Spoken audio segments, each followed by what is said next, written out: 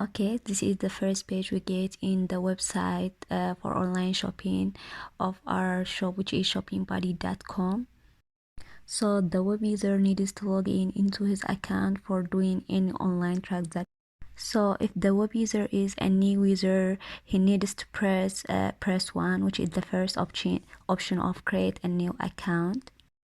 While if the user is an existing account, he just needs to press 2, which is the second option, login into his existing account, because already his username and password is saved.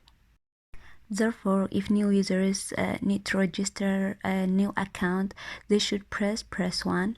If they press another choice rather than the 3 options of press 1, press 2, press 3, it will show to select from the given choice only.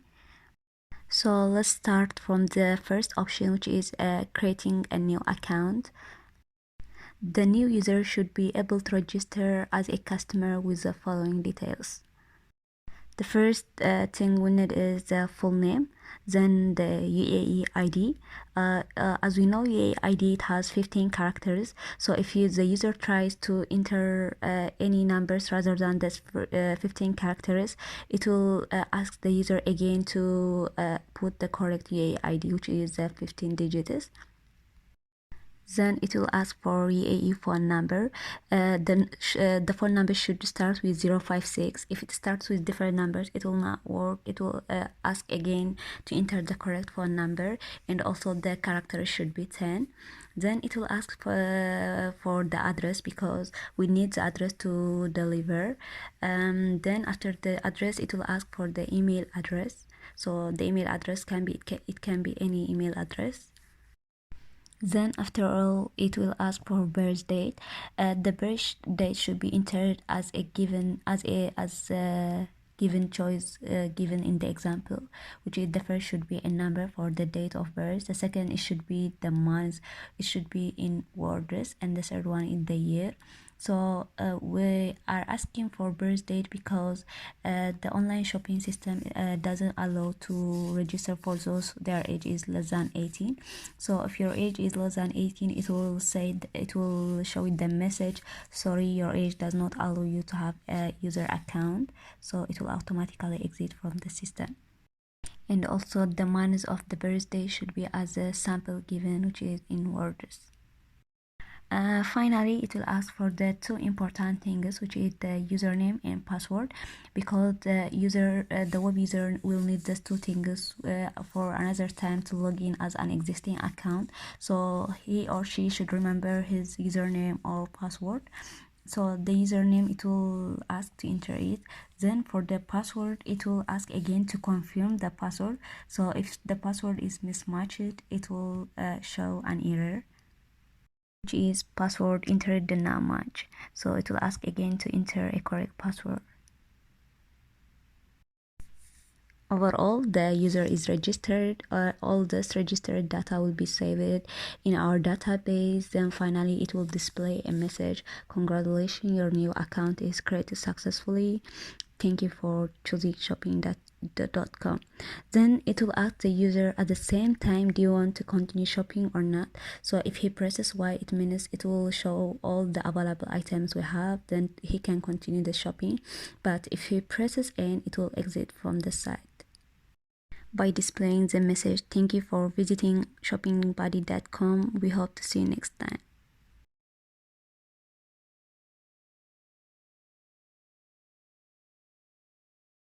The second part is logging into an existing account, which is the press 2 option. So it will ask again to enter the username and password, which is already saved while you create the new account.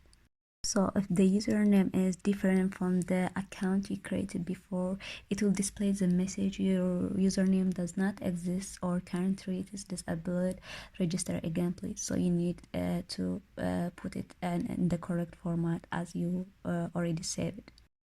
Again, if you input wrong password, it will again ask you to enter a password again. So here in this password case, it will give you 3 channels to input. So if you press it, the 3 steps, it will automatically exit from the website. Then after you input the correct username and password, it will display 4 options. The first option is display available products, which is press 1. Then if you press 2, it means adding shopping cart without displaying the available products. And the third option is displaying order, which is if your order is already saved. In our case, we don't have database that saved the order, so it will show another message. And the fourth case is press 4, which is others. This fourth option is about setting, like if you want to change the password or your telephone number, something that you want to change your data from the database, you can update or modify it. So let's press 1 for the displaying available products. So it will display all the available products we have. So the products have product ID, product name, price, and quantity.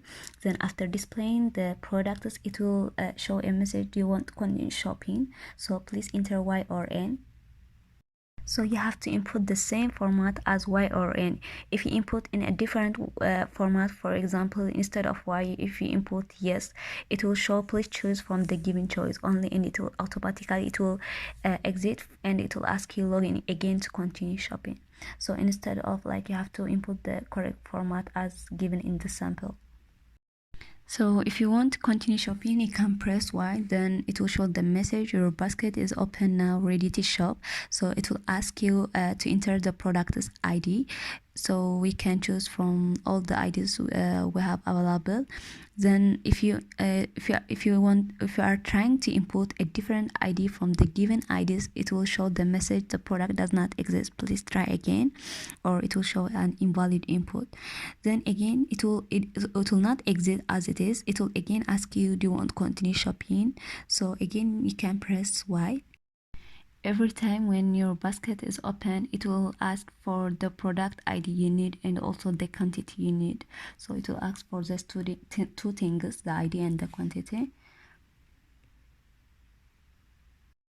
So if you want to stop shopping, you can press N when it asks you, do you want to continue shopping? So when you press N, it will ask you again, do you want to check out for your order items? So you can press Y if you want to check out.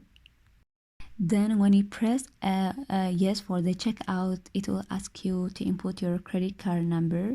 So after you input your credit card number, it will display all your order details. So it will display all the information you registered in the first time, your name, your ID, your address, date of birth, phone number, email.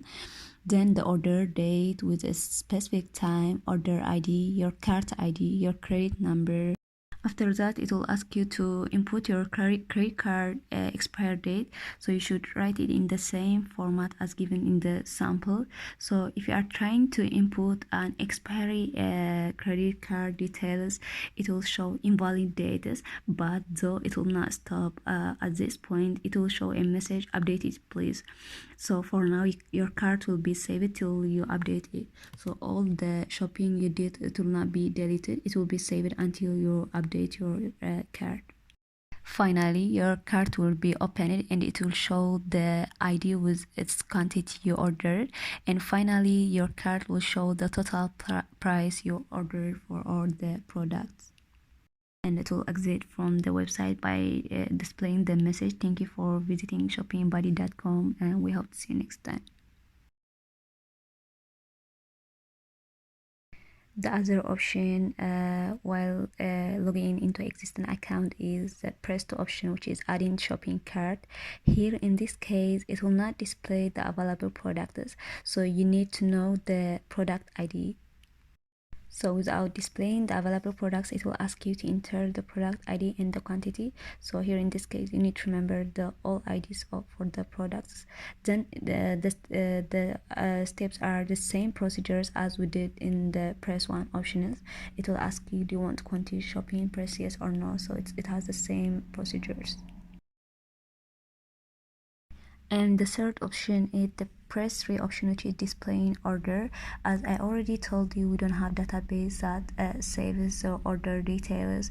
It's a temporary saving database, so it will show the message, please add item shopping cart first. Then it will continue as the same procedures as we did in press 1 option. display all the available items we have. Then it will ask you to, if you want to continue shopping or not. Then it will ask, if you press Y, it will ask for the price, ID and quantity. Then it will continue, so on.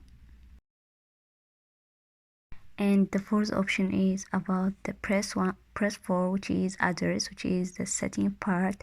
Here in this case, it helps you to modify or update your password or your phone number. So there are two options, which select from the list option of your preference. Either press 1, which is change password, or press 2, update the phone number. So in order to change your password, it will ask you to enter your old password. So if you input wrong password, it will show the display, it will display the message wrong password, try again. So you have to input the correct password. Then after you input the correct password, it will ask you to input the new password you need to change. Then again, you have to confirm your new password as the same number as you did. Then after you change it, it will display a message which is your secret password is successfully changed.